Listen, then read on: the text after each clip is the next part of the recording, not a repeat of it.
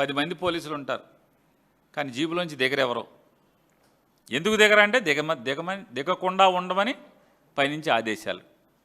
వాళ్ళు చెప్తున్నారు ప్రోగ్రాం అయిపోయాక, సార్ ఏం చేస్తాం సార్, కర్మ మేము కానిస్టేబుల్స్ అయిపోయాం, చిన్నవాళ్ళం అయిపోయాం, ఏఆర్ కానిస్టేబుల్స్ అయిపోయాం,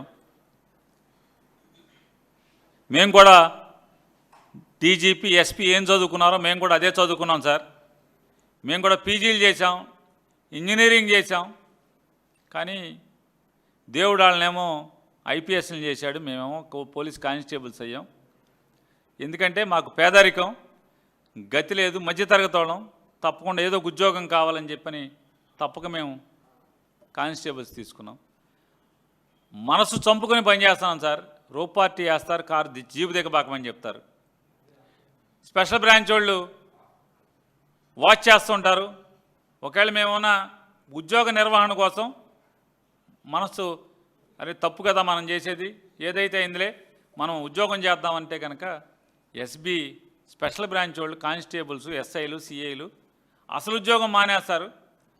ఎవడెవడు జీబు దిగుతున్నాడా, మనం చెప్పినవి కాకుండా ఏమైనా ఎక్స్ట్రాగా ఓవర్ యాక్షన్ చేస్తున్నాడా అంటే అసలు యాక్షన్ చేస్తున్నాడా, మనం ఎవరిని పోలీస్ పట్టించుకోవద్దని చెప్పాం కదా జగన్ ప్రోగ్రాంలో, జీబు దిగద్దని చెప్పాం కదా, ఎవడని దిగుతున్నాడా, ఇవన్నీ ఎస్బీ వాళ్ళు వాచ్ చేస్తారండి అని వాళ్ళు బాధపడుతున్నారు. ఇవాళ హెలిప్యాడ్ దగ్గర అసలు ఎందుకు భద్రత ఉంది సార్ చెప్పండి మీరు. అనంతపురంలో హెలికాప్టర్ భద్రత కల్పించకపోగా హెలిప్యాడ్ దగ్గర జనం తొక్కిసలాట్లో హెలికాప్టర్ విండ్షీల్డ్ పగిలిపోతే చివరికి ప్రజల మీద తప్పుడు కేసు పెడతారు. హెలికాప్టర్ పైలట్ని పిలిచి వేధిస్తారు, పోలీస్ స్టేషన్కి పిలిపించి. చూడండి అసలు ఎలా ఉంటుంది హెలికాప్టర్ పైలట్లని వేధింపు, పోలీస్ స్టేషన్కి పిలిపిస్తాం. వాళ్ళు చివరికి ఎవడో ఒక రికమెండేషన్తో తప్పుకుంటున్నారు, కానీ లేకపోతే వాళ్ళని కూడా జైల్లో పెట్టి లోపల వేసేవాళ్ళు. యూట్యూబర్స్ని వేసినట్టు, సోషల్ మీడియా వాళ్ళని కేసులు వేసినట్టు వీళ్ళ మీద కూడా హెలికాప్టర్ వాళ్ళని కూడా ఏదో కేసులో పెట్టండి. జగన్మోహన్ రెడ్డి గారికి హెలికాప్టర్ రాకూడదు. ఇదే జగన్మోహన్ రెడ్డి గారు చేసి ఉంటే అసలు మీకు తిరగటానికి హెలికాప్టర్లు దొరుకుతాయా, స్పెషల్ విమానాలు దొరుకుతాయా? ఆంధ్రప్రదేశ్లో అసలు మీరు తిరగగలరా? 5 ఏళ్ళు 2019-24 దాకా తిరగగలిగేవాళ్ళ చంద్రబాబు నాయుడు గారు మీరు?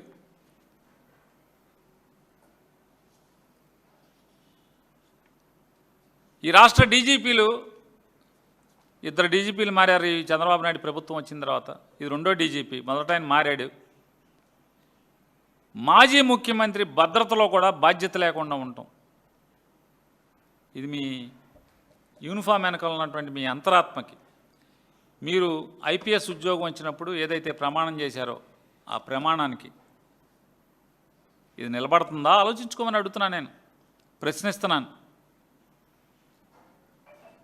ఒకసారి లోపం అనుకుంటే అరే పొరపాటు జరిగిందే అనుకోగం, కానీ జగన్మోహన్ రెడ్డి గారి ప్రతి పర్యటన ఇదే రకంగా జరిగితే, మీరు బాధ్యత తీసుకోకుండా ఉంటే, మీరు దాన్ని రెక్టిఫై చేయకపోతే ఈ రాష్ట్ర డీజీపీ ఏం చెప్పాలి, ఏమనాలి మిమ్మల్ని చెప్పండి. అప్పుడు ద్వారకా తిరుమలరావు గారు అట్లాగే చేసేవాడు. మరి వాళ్ళ హరీష్ కుమార్ గారు కూడా ఇదే పరిస్థితి చేస్తున్నారు. ఇవాళ మీరిద్దరి యొక్క తీరు వల్ల ఆంధ్రప్రదేశ్ రాష్ట్రంలో పోలీసు వ్యవస్థని దిగజారిందనేది జనం మాట్లాడే మాట నిజమా కాదా? నిజమా కాదా అని అడుగుతున్నాను. దాదాపు ఆల్మోస్ట్ 90% మంది పోలీస్ కానిస్టేబుల్స్, హెడ్ కానిస్టేబుల్స్, ఏఎస్ఐలు, దాదాపుగా 70-80% సబ్ ఇన్స్పెక్టర్లు, సగం మంది సిఐలు, డిఎస్పీలు మనసు చంపుకుని వాళ్ళ ఉద్యోగం చేయటం అనేది వాస్తవం కాదా అని అడుగుతున్నాను. గతి లేక మీరు చెప్పేటువంటి తప్పుడు ఆదేశాలని, పై అధికారులు చెప్తున్నటువంటి తప్పుడు ఆదేశాలని పాటిస్తున్న పరిస్థితులు ఉన్నాయా లేవా ఈ రాష్ట్రంలో? జగన్మోహన్ రెడ్డి గారి పర్యటన ఏమన్నా రాజకీయ పర్యటన, పార్టీ సభ్యత్వాల కోసం వెళ్తున్నాడా, లేదా జగన్మోహన్ రెడ్డి గారి పార్టీ వాళ్ళని కలవటానికి వెళ్తున్నాడా? ఇవాళ ఈ రాష్ట్ర ప్రభుత్వం యొక్క బాధ్యతారాహిత్యం వల్ల, నిర్లక్ష్యం వల్ల, తప్పుడు పరిపాలన వల్ల ఉత్పన్నమైనటువంటి ప్రజల యొక్క కష్టాలని 90% జగన్ గారు ఈ 2 ఏళ్లలో దాదాపుగా 80-90% పర్యటనలన్నీ కూడా ఏంటది రైతాంగం కష్టాలని పరామర్శించడానికి వెళ్ళే పర్యటనలే కదా అన్ని ప్రోగ్రాంలు. మరి సిగ్గుపడాల్సింది ప్రభుత్వం. సిగ్గుపడకపోగా, సిగ్గు లేకుండా జగన్మోహన్ రెడ్డి గారి పర్యటనల్ని ఈ రకంగా తప్పుడుతనంగా చిత్రీకరించడం, బాధ్యత లేకుండా ఒక రాష్ట్ర మాజీ ముఖ్యమంత్రి Z+ కేటగిరీలో ఉన్నటువంటి వ్యక్తి యొక్క భద్రతని గాలికి వదిలేసి ఇవాళ మీ ప్రభుత్వం తీరు ఎట్లా ఉంది? దున్నపోతు తీరుగా లేదా అని అడుగుతున్నాను. దున్నపోతు తీరుగా ఉన్నటువంటి ఈ గవర్నమెంట్ని ముళ్ళుకర్రతో పొడవటానికి కదా జగన్మోహన్ రెడ్డి గారు ప్రజల్లోకి వెళ్ళేది, పర్యటనలు చేసేది.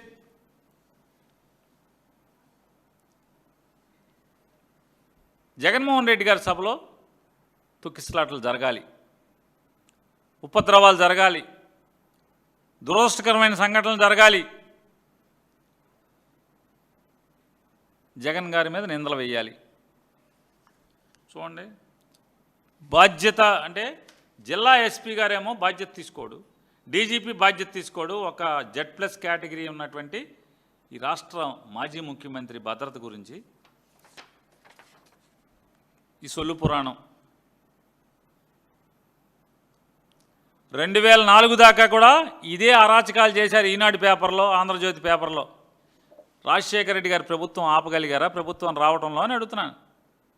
ప్రజల్ని ఏమార్చగలిగారా? 2009లో కూడా ఈనాడు, జ్యోతి ఇదే రీతిని వ్యవహరించారు. 2009లో కూడా రాజశేఖర రెడ్డి గారు మళ్ళీ గెలవటాన్ని ఆపగలిగారా? చంద్రబాబుని గెలిపించగలిగారా?